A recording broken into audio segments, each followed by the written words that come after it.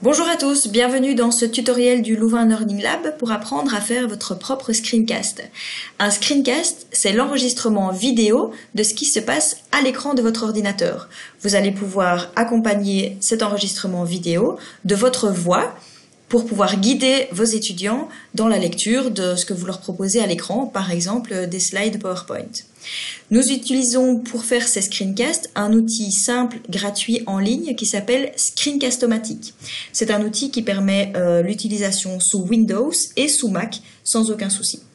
Alors pour cela, vous allez pouvoir vous rendre sur le site internet screencast-o-matic.com et lancer l'installation d'un petit exécutable très léger que vous allez pouvoir trouver en cliquant sur ce bouton bleu Start Recording for Free. Donc vous cliquez dessus.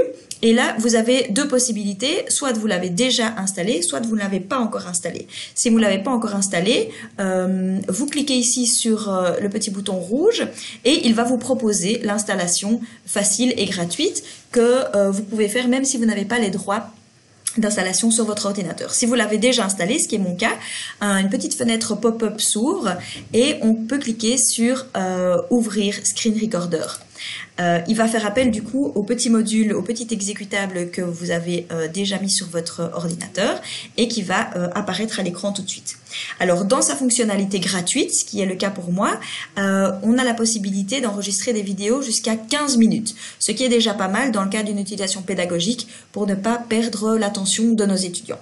Alors vous voyez que ce cadre noir et blanc est apparu à mon écran. Il va me permettre de déterminer quelle est la partie de mon écran qui va être enregistrée pendant ce screencast. Donc je peux choisir de n'enregistrer qu'une seule partie de mon écran. Ici en l'occurrence c'est l'ensemble de mon écran qui m'intéresse.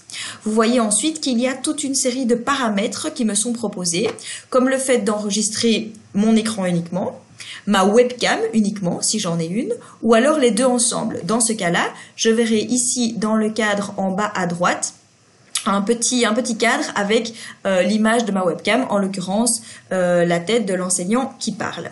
La durée donc de l'enregistrement est de maximum 15 minutes. Vous pouvez choisir la taille de l'enregistrement et alors on choisit aussi quel est le micro qui peut enregistrer notre voix. Alors soit c'est le micro de votre ordinateur, soit vous avez un micro particulier que vous pouvez brancher, ce qu'on vous conseille puisqu'on sait qu'une vidéo pédagogique a plus d'intérêt si le son est tout à fait correct plutôt que si c'est une image qui est de moindre qualité. Donc on donne toujours priorité au son, on essaye donc d'avoir un micro de qualité qui est branché à son ordinateur. Le fait d'autoriser ou non l'audio de l'ordinateur va dépendre du fait de savoir si vous voulez montrer une vidéo à vos étudiants, une vidéo qui se trouverait déjà sur votre ordinateur. Pour enregistrer également le son de cette vidéo, il va vous falloir autoriser l'enregistrement de l'audio de votre ordinateur. Une fois que tous ces paramètres sont OK, vous pouvez lancer l'enregistrement en cliquant sur le gros bouton rouge, ce que je vais faire tout de suite.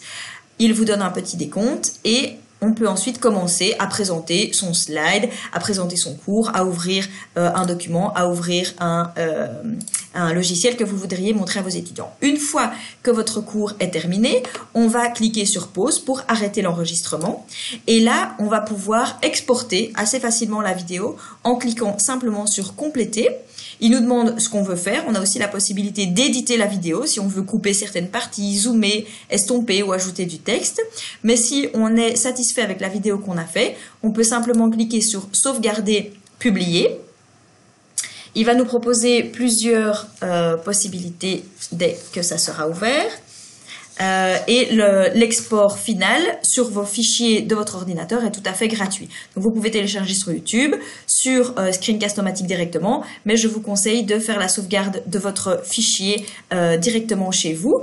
Vous avez la possibilité évidemment de changer le nom de votre enregistrement, l'endroit où vous allez faire cet enregistrement, changer potentiellement si vous voulez le type de curseur. Donc vous pouvez par exemple demander de surligner le curseur en jaune pour qu'on voit bien où est votre souris ou carrément de cacher le curseur.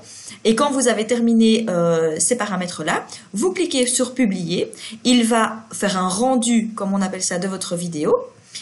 Et quand elle sera terminée, elle sera disponible sur, en l'occurrence ici, mon bureau, puisque c'est là que j'ai demandé d'enregistrer la vidéo. Elle est là, je peux aller la et en faire ce que je veux, la déposer sur Moodle, la déposer sur EasyCast pour la mettre à disposition de mes étudiants. Voilà, n'hésitez pas à consulter les pages web du Louvain Learning Lab pour avoir plus d'informations. Et sinon, je vous souhaite de très bons cours en ligne. Au revoir.